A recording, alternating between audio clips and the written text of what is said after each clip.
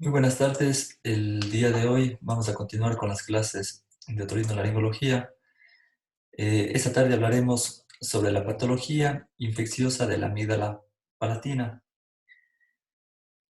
Este tipo de patología es una de los cuadros séptico-inflamatorios que con más frecuencia los pacientes acuden a la consulta, tanto a la consulta del médico general como del médico especialista. Esto se da especialmente en edades pediátricas. Entonces, ¿por qué le definimos como faringoamigdalitis aguda, no solamente amigdalitis? Ya que este en sí es un proceso inflamatorio difuso de los folículos linfoides, ¿sí? Que van a participar no solamente las amígdalas palatinas, sino todas las mucosas y estructuras subyacentes, ¿sí? Entonces, como les dije, es una de las enfermedades más frecuentes que se presentan. La mayoría de todas estas faringoamigdalitis son de causa viral y el desafío en sí del médico es establecer si esta patología es atribuible al estreptococo beta hemolítico del grupo A. Algo de epidemiología, decimos que este es el tercer cuadro respiratorio más frecuente después del resfriado común y de las traqueobronquitis agudas. Y su incidencia se da de mayor entre los 3 y 15 años de edad. Ahora, los médicos de atención primaria sospechan de esta etiología que es bacteriana en un 60% y administran antibióticos al 85% de los pacientes. Es por eso de que es importante de que hagamos un adecuado diagnóstico y un adecuado manejo de esta patología para no recomendar el uso de los antibióticos. Muy bien. Un resumen rápido de lo que es anatomía. Recuerden de que todo el tejido linfoide tiene una estructura histológica similar y funciones similares. Y aquí el famoso anillo de Waldeyer, que ya lo habíamos visto en clases de anatomía y de fisiología, ¿no es cierto? Para recordarles que en la cara anterior de la orofaringe encontramos la amígdala lingual. En la pared lateral de la nasofaringe encontramos las amígdalas tubáricas. En la pared lateral de la orofaringe encontramos las amígdalas palatinas, ¿sí? En la cara superior de la nasofaringe encontramos a la amígdala faríngea o llamadas adenoides, ¿sí? Y en la pared posterior, ¿sí? En la pared posterior de la faringe, de la orofaringe, encontramos unos folículos linfoideos que también forman parte de este famoso anillo de Waldeyer. La clasificación. La clasificación de las faringoamigdalitis, en sí podemos clasificarlos en dos grandes grupos, las faringoamigdalitis agudas y las faringoamigdalitis crónicas. Con respecto a las faringoamigdalitis agudas, tenemos que son las faringoamigdalitis inespecíficas y faringoamigdalitis específicas. Inespecíficas quiere decir de que no encontramos en ocasiones el factor etiológico, ¿sí? Porque pueden ser varios, ¿sí? La cual vimos en rojas cuando es por alguna situación viral y blancas cuando sospechamos del agente que es bacteriano. Mientras que las específicas sabemos cuál es el causante de cada una de estas, donde tenemos la causada por secundaria a una diftérica, sífilis, angina, angina herpética, mononucleosis, candidiásica, ¿sí? Y por último, hay en las faringoamigdalitis secundarias a manifestaciones de procesos sistémicos. Eso cuando hablamos de las faringoamigdalitis agudas.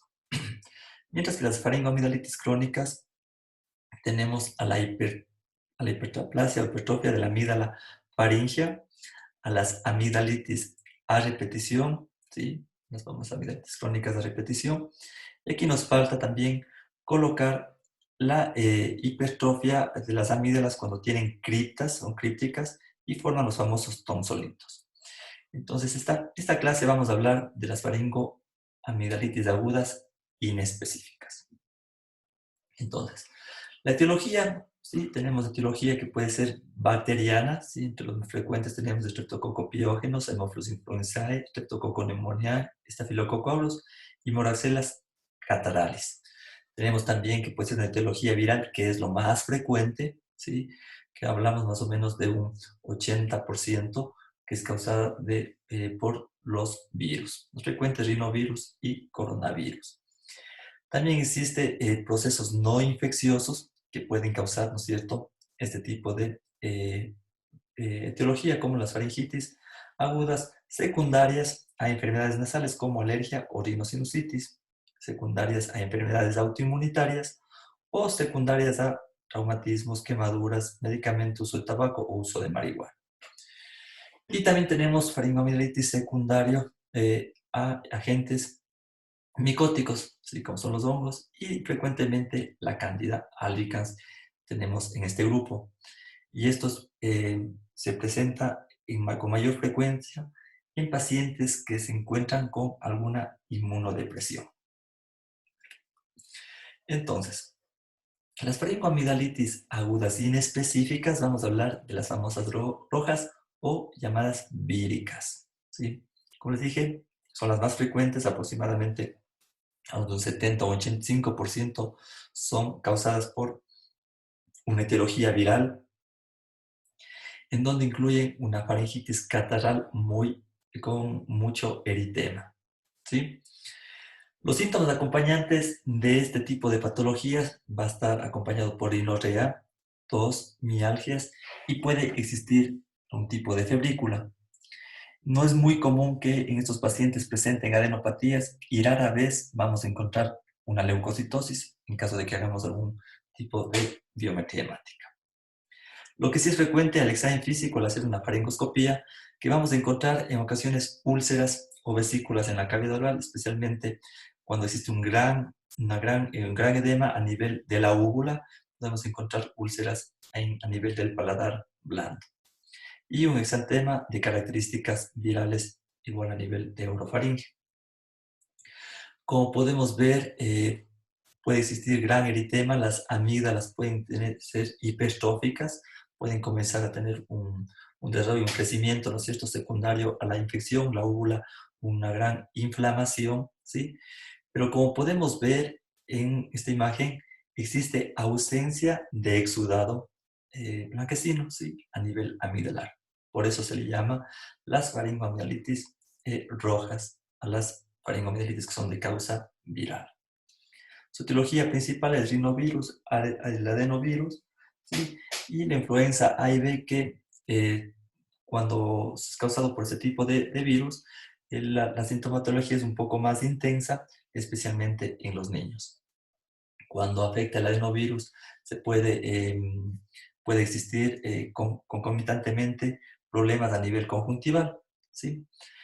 Entonces, son así manifestaciones leves, con el paciente va a referir odinofagia, disfagia, ¿sí? Puede haber una alza térmica, ¿sí?, leve, vamos a encontrar eritema de la mucosa faríngea, ¿sí? Y, como le dije, la hipertrofia amidalar que puede encontrarse, pero sin presentar un exudado. Entonces, este paciente que acude al control, ¿no es cierto?, va a necesitar un tratamiento en sí que necesita reposo domiciliario, es ideal. ¿Por qué? Porque este tipo de patologías, entre 2 o 5 días, el paciente va a estar recuperado. Entonces, lo que vamos a hacer es manejar, ¿no es cierto?, con analgésicos y antipiréticos. Puede ser el paracetamol a 10 a 15 miligramos por kilo, ¿sí?, por dosis. Se puede realizar gargarismos con sépticos locales. Se venden unos sobres de Borosan que ayudan muy, muy bien como antiséptico local para hacer gargarismos. Se le puede también recomendar, en caso necesario para desinflamar, y el ibuprofeno puede ser un antiinflamatorio de elección. Se puede tener 10 miligramos por kilo de peso. Y cuando existe compromiso respiratorio, cuando ven que no hay una buena evolución, podemos agregar algo de corticoterapia, que puede ser la prednisona, dosis de 1 miligramo por kilo de peso. Ayudar mucho con la vitamina C, ¿sí? Y también nos puede ayudar porque recuerden que estos pacientes van a tener rinorrea o algo de congestión nasal. Nos ayuda los descongestivos por vía oral, que puede ser cetirizina más pseudoefedrina, que tiene ¿no es cierto?, descongestionantes de vía oral, el famoso Talerdin D, Claritine D, que nos puede ayudar para manejar la congestión en caso de que presenten los pacientes. Entonces, si hacemos este tratamiento, el paciente en curso de 3, 4 días va a estar bastante bien y va a mejorar su sintomatología. Ahora, ¿qué pasa si este paciente no mejora? Puede tener una complicación y sobreinfectarse este tipo, las amígdalas, ¿no es cierto? Y ahí es cuando se complica un poco la situación y tenemos que manejar de diferente manera. Entonces, cuando no existe una buena evolución de las faringitis agudas inespecíficas virales, pueden pasar a una faringoamigdalitis aguda bacteriana, ¿sí? Son denominadas eritemato supurativas, ¿sí? O eritematopuláceas, ¿ya? Faringoamigdalitis de eritematopuláceas. Se dice que estas son las causantes del 15 al 30% de las faringoamigdalitis agudas, ¿ya? Y existe una gran prevalencia del estreptococo Pyogenes beta hemolítico del grupo A en este tipo de infecciones. Estos pacientes pueden presentar odinofagia, fiebre generalmente con inicio brusco, ya se puede acompañar a estos pacientes ya por su mayor sintomatología, cefalea, muchas veces petequias en el paladar.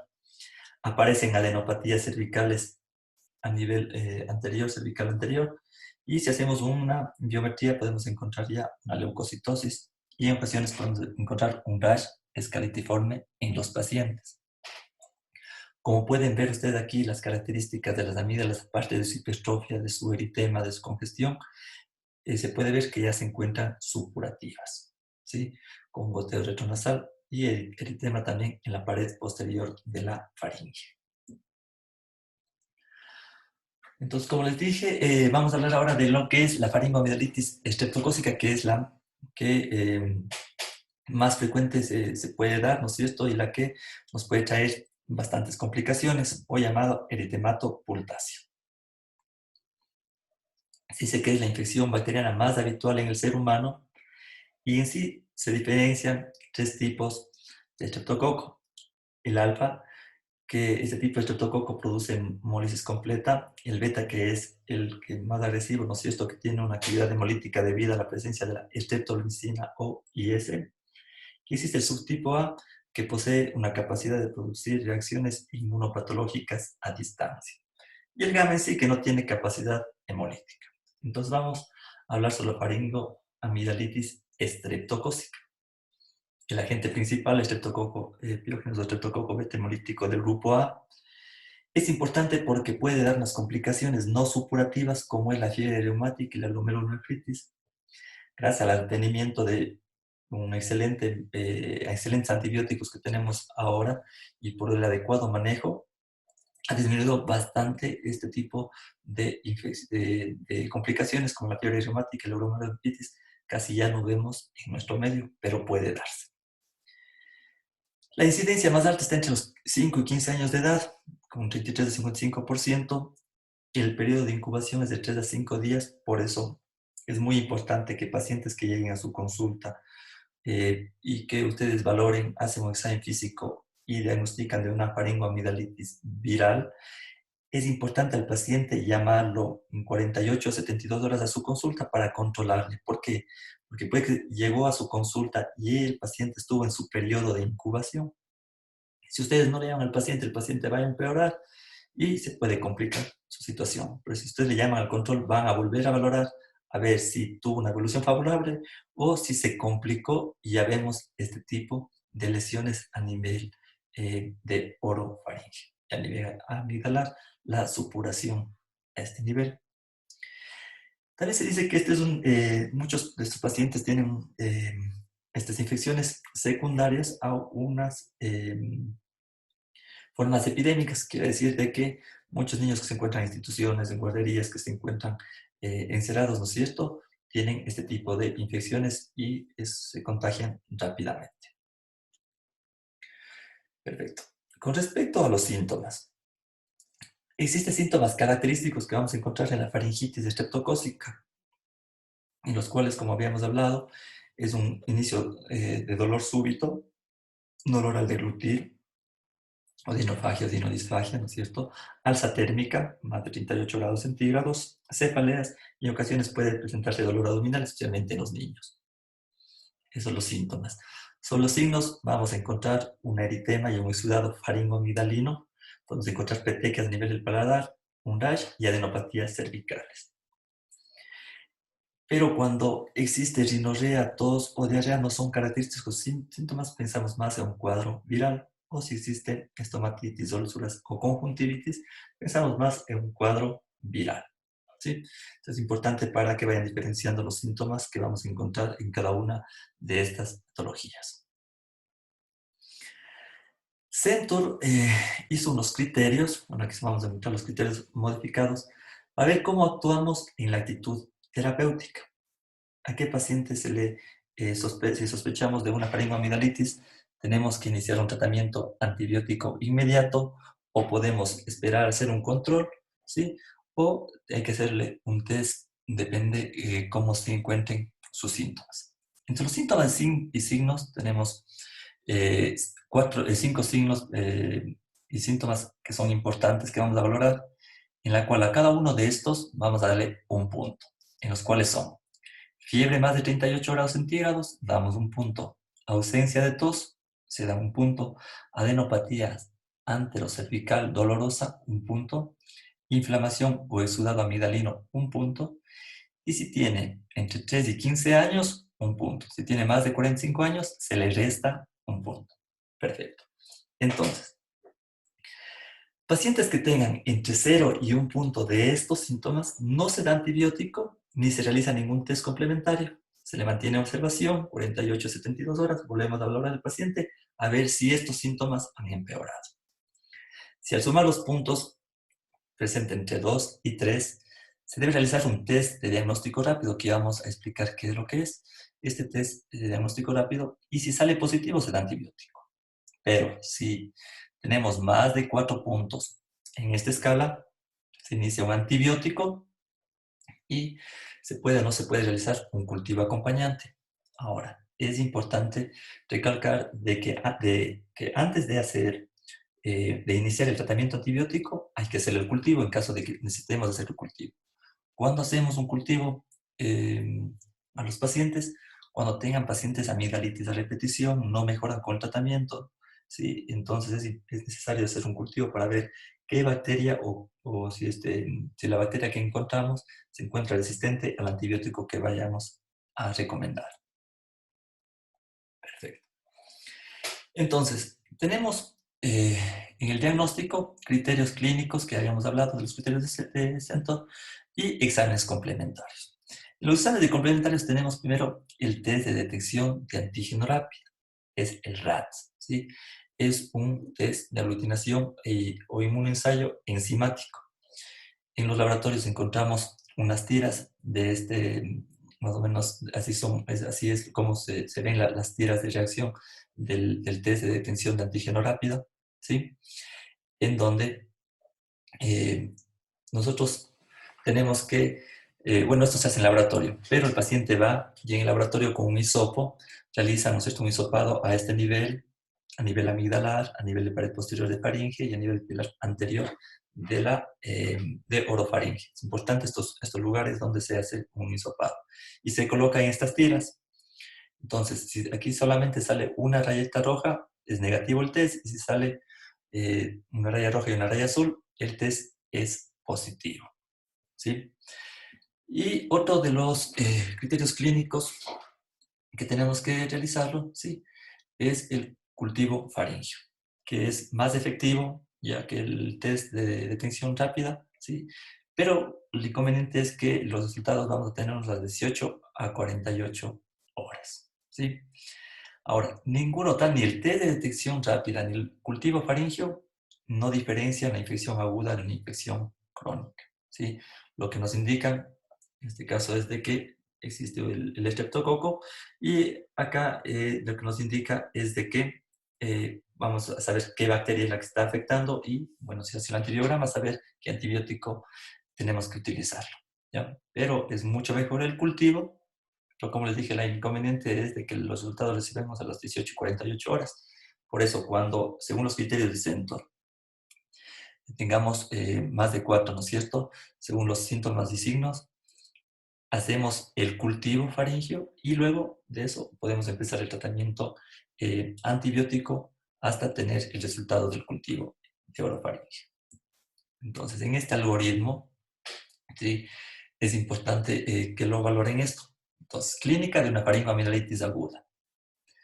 Se pregunta al paciente, hay algunos de los siguientes criterios. ¿Existe un brote comunitario por estreptococo beta hemolítico del grupo A? Como les dije muchas veces, pacientes que se encuentran en una guardería o en colegio, muchos van a tener estas infecciones. Entonces, si es uno de estos pacientes, si presenta, enseguida se da un tratamiento antibiótico. Si existen antecedentes de fiebre reumática, enseguida se inicia el tratamiento antibiótico. Y si el paciente tiene algún tipo de inmunodepresión, enseguida se inicia el tratamiento antibiótico, sin valorar los criterios de Centor. ¿Ok?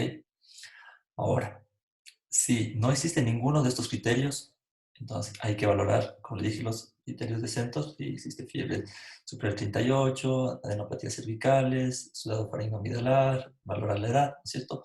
Y la ausencia de tos. Entonces, si esto es menos de 2, tratamiento sintomático. Si es más de 2, como les dije antes, hay que hacer el test de detección rápida. Y si es positivo, el estreptococo, y si es positivo, tratamiento antimicrobiano. Entonces, les queda claro, según los criterios, según el test y cuándo utilizar el cultivo. Ahora, muchos de los médicos piden o solicitan el famoso ASTO o el ASLO antistreptolicina O, ¿no es cierto?, en sangre para valorar si el paciente tuvo una infección con el estreptococo beta hemolítico. Ahora, quiero que recuerden de que esto del ASTO representa el pasado inmunológico del paciente, más no el presente. ¿Ya?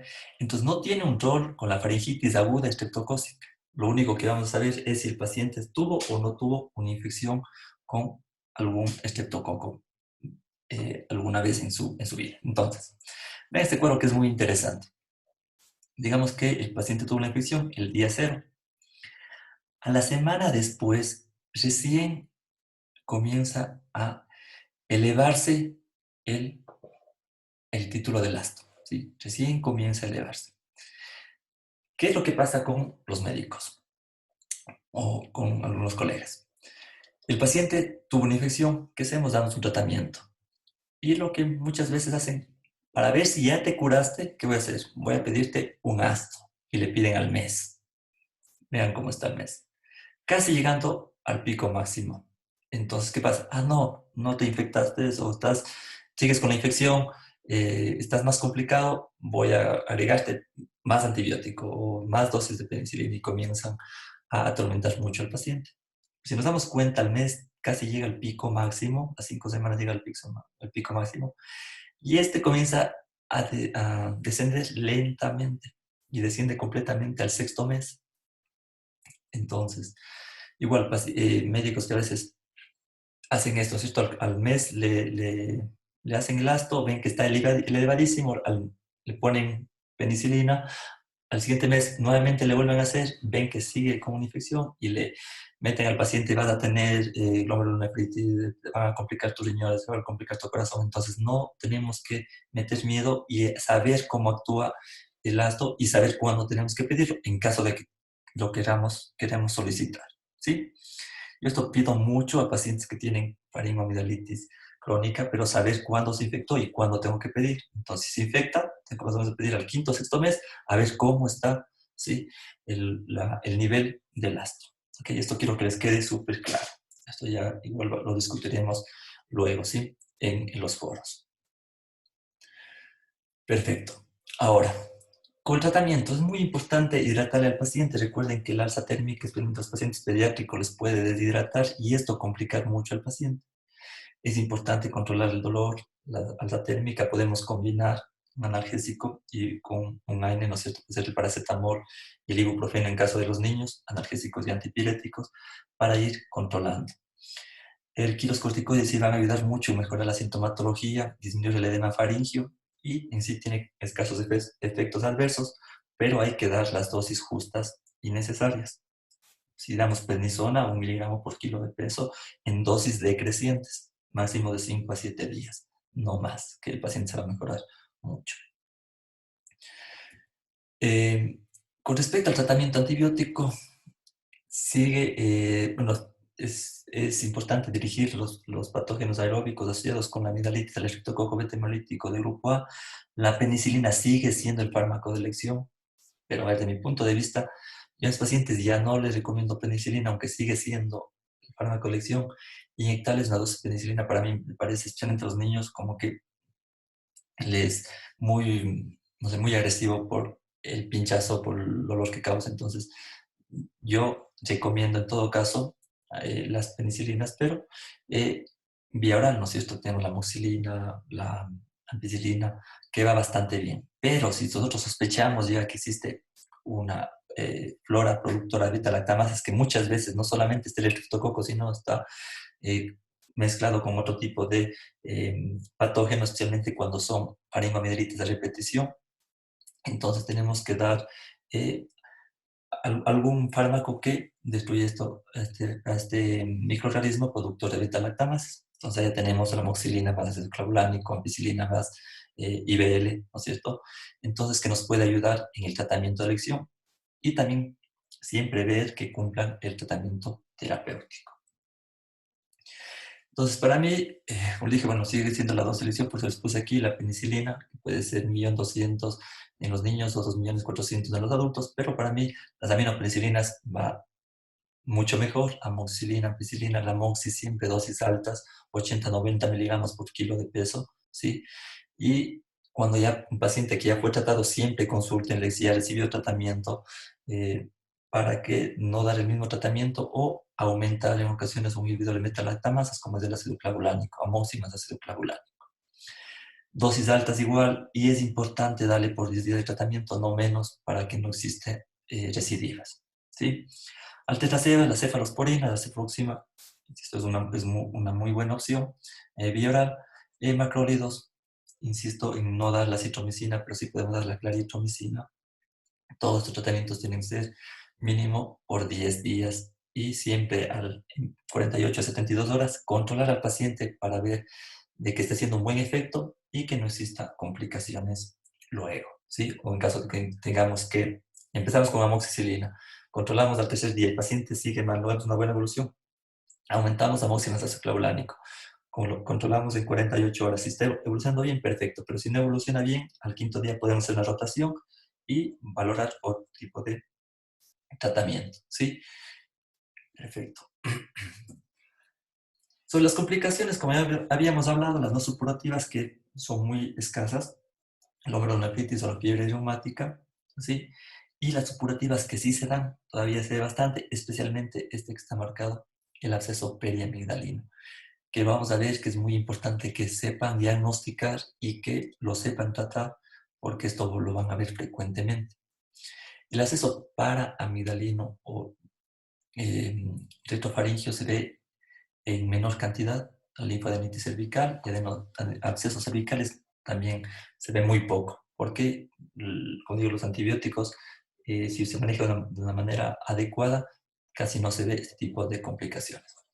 Lo que sí pueden ver es que muchos pacientes que tienen faringoamigdalitis se relacionan o vienen con otitis medias, vienen con rinosinusitis acompañadas, ¿sí? Y ya cuando esto se va complicando, la otitis puede pasar a mastoiditis, y si esto se complica puede pasar a meningitis, endocarditis, que es muy poco, casi no se le ve, y menos todavía los abscesos cervicales profundos o fascitis necrotizantes. Les pongo para que sepan cuáles son, pero es muy importante que casi esto no lo vemos, pero lo deben saber. Esto sí, otitis media, sí, la sinusitis o rinosinusitis secundarias a una faringoamigdalitis se puede dar, ¿ya? Entonces, vamos a hablar ahora sobre la complicación que quiero que sepan diagnosticar, ¿sí? Y cómo tratar el absceso periamigdalino. Entonces, ¿qué es el absceso periamigdalino? Se dice que es una colección de material purulento entre el tejido amigdalino, ¿sí? Y el músculo constrictor medio de la faringe, que se encuentra hacia adentro, ¿no es cierto?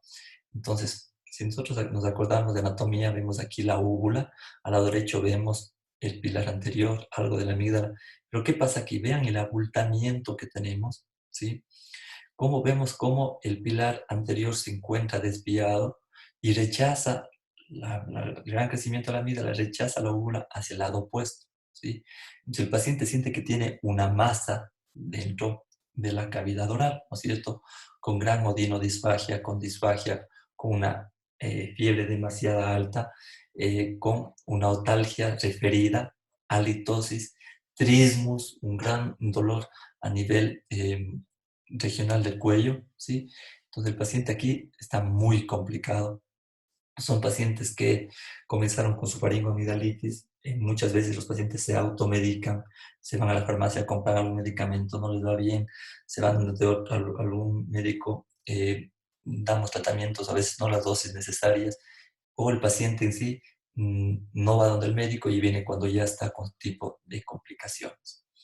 Los genes patógenos aquí son el estafilococo dorado, el estreptococo, neumococo, o es una mezcla de gérmenes, ¿no es cierto?, patógenos que van a rebasar la cápsula amigdalina y van a formar el absceso, ¿sí? Entonces, nosotros hacemos la faringoscopía y vamos a ver esto en el paciente y vamos a ver mucha adenopatía a nivel cervical. Entonces, si valoramos ya esta clínica del paciente, recuerden que absceso que no se drena no se cura, entonces hay que hacer un drenaje del absceso periamigdalino. Entonces, algunos pacientes, si ustedes tienen la posibilidad de internarlo, pues qué mejor, ¿sí? Pero hay que planificarlo para hacer el drenaje del mismo. Entonces, podemos ya empezar con este paciente con manejo de antibiótico vía venosa. Podemos decir la amoxicilina mesoportal 1.5 miligramos cada 6, ¿sí? Que si esto va evolucionando y ya hacemos el drenaje del absceso, en 48 horas va a estar bastante mejor el paciente, se puede dar de alta, cambiando a vía oral para que se mantenga por 10 a 15 días de tratamiento.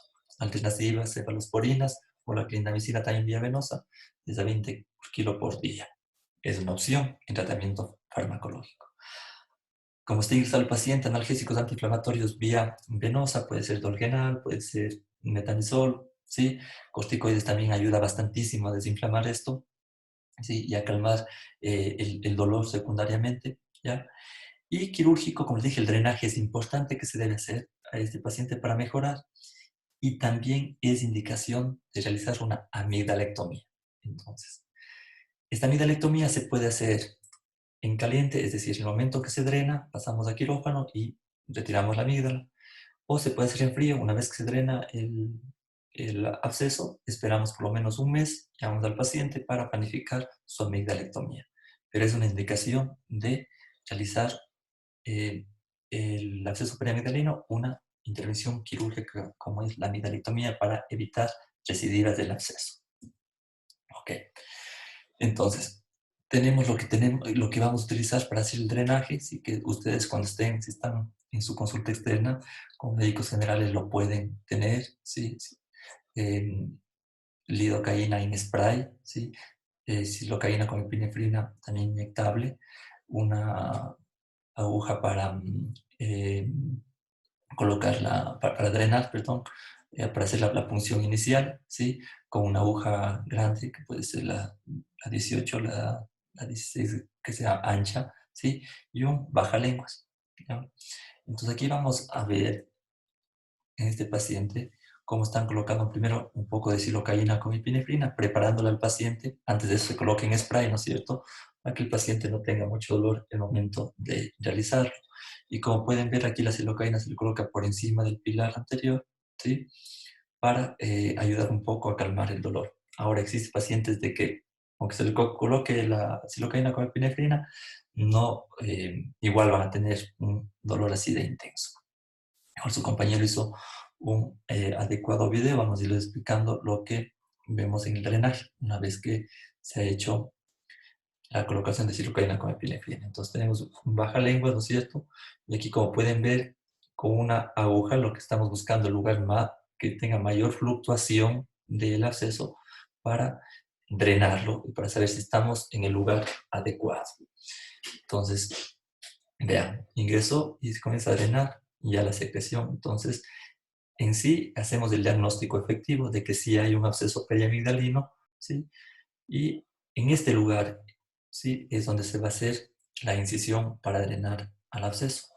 Entonces, tenemos que tener una succión lista con un bisturí número 15 entre el pilar anterior y la amígdala, es donde se hace una pequeña incisión, luego se hace una devulsión, ¿sí? Con un, una pinza mosquito, ¿sí? Y vean cómo comienza a salir, a drenar la secreción. Entonces es muy importante tener enseguida una succión para que esta secreción no vaya a complicar más posterior. Entonces se le hace un drenaje completo, ¿sí? En ocasiones tiene que ser un poco más de devulsión con la pinza. Y el paciente va a sentir un alivio inmediato al momento que ustedes hacen el drenaje, ¿ya? Perfecto. Es importante no colocar ningún tipo de punto después de hacer el drenaje. Se le deja así, ¿sí? Para que siga drenando en caso necesario.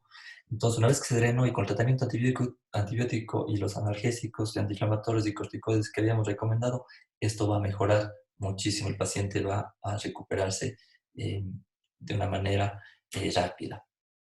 Ahora, en ocasiones nosotros puede venir un paciente con sospecha de absceso periamigdalino, en donde no se ha formado todavía el absceso, sino llamamos un flemón periamigdalino. El flemón periamigdalino es decir que el absceso se está formando, no está todavía en un periodo de colección como para hacer un drenaje. Por eso es muy importante, antes de nada, hacer la punción. Vean cómo vuelve a repetir, a dejarle un amplio espacio para que drene completamente el absceso. Hay que tener mucho cuidado de no ingresar demasiado tampoco ni con el bisturí, porque puede haber una carótida aberrante y traer muchas complicaciones y sangrados profusos, ¿sí? Entonces, primero, como estaba indicado, si este es el absceso periamigdalino, nos